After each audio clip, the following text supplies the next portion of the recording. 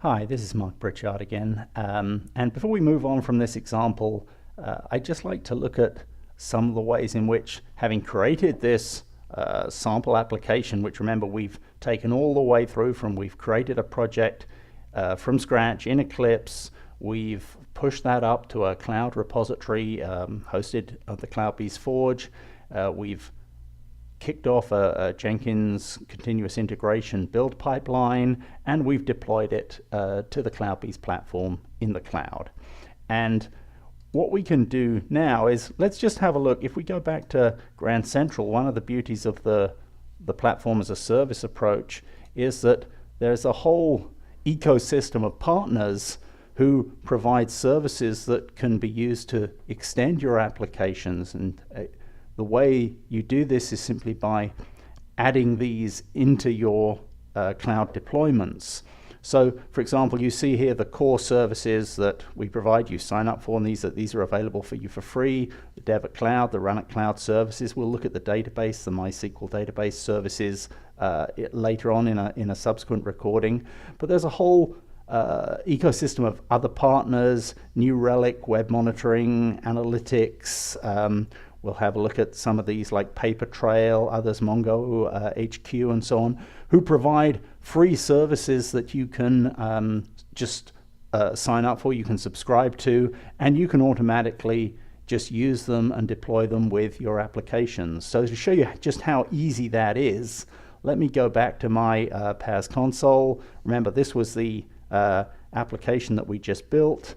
There we are. You can see the sort of shell application that you can then go in and start extending. And this is our standard operations console. So, for example, I can come in here. Now I haven't been doing anything with the app, so you're not going to see an awful lot of data here. But you can see the basic operational analytics and monitoring. We can see the logs. Again, I can see the server log, the access log, and so on, all the things that you need for a web application. But I can actually get much richer, and you can see down here a variety of services that I've signed up for. These are all free. You can do exactly the same. And for example, if I come down here and I look at the configuration for the application, again, you can see here I've chosen to deploy this as a basic Java web app. If I want to, I could deploy multiple instances, and obviously for production, I have the opportunity to subscribe to the CloudBees platform, and then I have a whole other set of subscription services that are going to be available to me. I'll cover those in a later recording, but you can see down here, for example, if I have my own domain name set up, I can enter the domain name alias that I want to associate with this web app, and then I simply update my DNS records, the bindings appropriately, and this cloud app will then be available via my own DNS URIs. But come on further down and you can see here are a number of services. So for example, New Relic's application monitoring, troubleshooting, analytics. If I want this capability within my app, it's as simple as this. Papertrail, for example, if I have multiple instances and I would like features to aggregate the log files from all those instances and to provide searching and alerts and so on those, once again, all I have to do, for example, is just select those. So let's just take those two. There are many other partners who provide very rich sort of specialist services, but just to show you how easy it is to do this, I simply check those boxes, click Save, and my application is now going to be redeployed with those agents enabled, and you'll see what that brings us in just a second. So there we go. My application has been redeployed. I have those services now available to me. And for example, now if I want a much richer view of the log files that are available for my apps, I can go in here into my dashboard. Let's find the app that I just created here. And for example, Papertrail will give me this very nice aggregated view of my log files. I can go in and do searches for particular error conditions or security alerts that I'm looking for. I can create custom dashboards. I can generate event notifications and so on in exactly that way. If I go back here, back to my application dashboard, for example, again, I could go to the New Relic dashboard. I can come in here again. I can see I've got a couple of apps going on. This one's no longer active, so it's not reporting. This is the one we just created. And of course, this is where I can now see much more detailed, customizable dashboards for all the activity that's going on with my application. So that's just a very short introduction to some of the things that you can do through the CloudBees PaaS ecosystem. And as I say, I'll be covering that in much more detail with a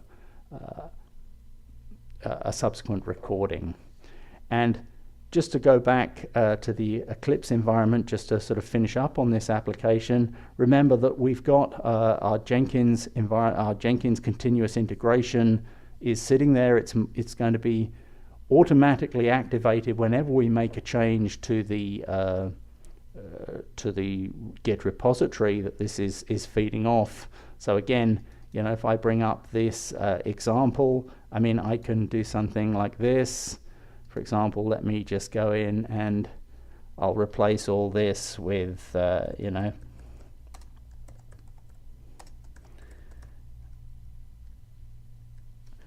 I'll just make a very simple change to that index.jsp page.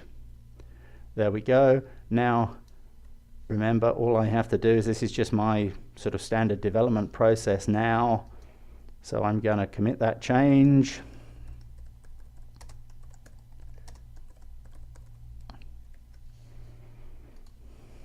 I'll push that, now it's pushed to my local repository. Again, this is just standard use of Git now through the eGit plugin that we are integrated to. I can push this up to the repository.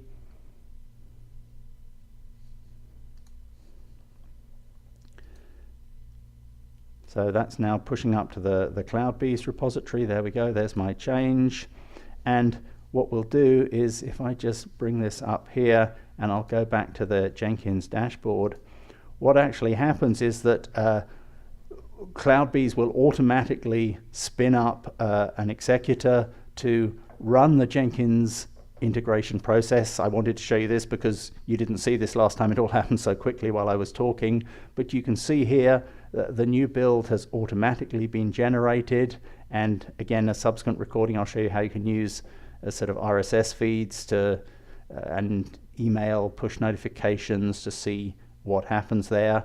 I can go into that build if I want. I can see the changes that were made. You can see the changes that I logged with the commit when I did the git commit and pushed that up. I can go back and look at the actual output from the build process. You can see here there's very little actually to see there, but then I can go in and of course I can then decide, do I want to push that live? And remember, I can do that by just going down here and kicking off the application and so on. So just wanted to remind you of that cloud-based development integration process. Now what we'll do for the next recording is we'll come in and I'll actually show you how you can take a slightly richer sample application, pull that down from GitHub, just import that as an existing Maven product directly into Eclipse, and again deploy that both locally and in the cloud using the CloudBees platform. So I'll follow that up with a subsequent recording. Thank you.